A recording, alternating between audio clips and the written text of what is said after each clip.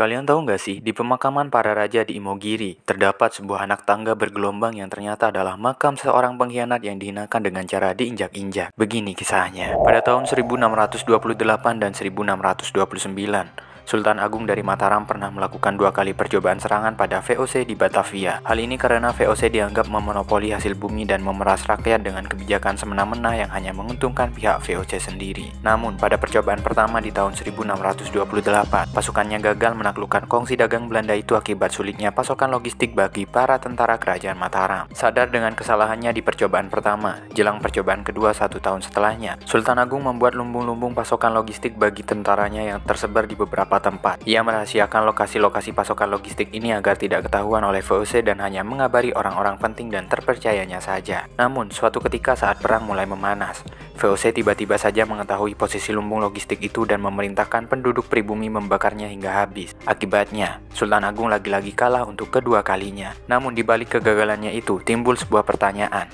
Bagaimana bisa VOC mengetahui taktik tersebut? Padahal yang mengetahui posisi lumbung sangat terbatas. Usut punya usut, ternyata ada orang pengkhianat di tubuh Mataram.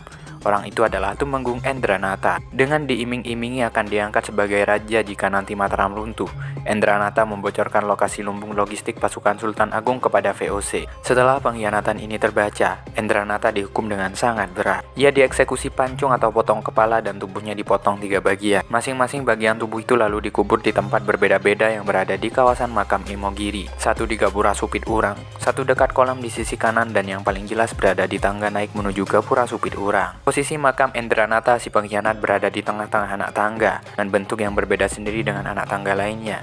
Ia sengaja dimakamkan sebagai pijakan kaki manusia sebagai bentuk penghinaan atas perbuatannya semasa hidup. Dan kini, setiap orang yang berziarah ke sana dipersilakan menginjak-injak makam itu sebagaimana tujuan awal ia dimakamkan di sana.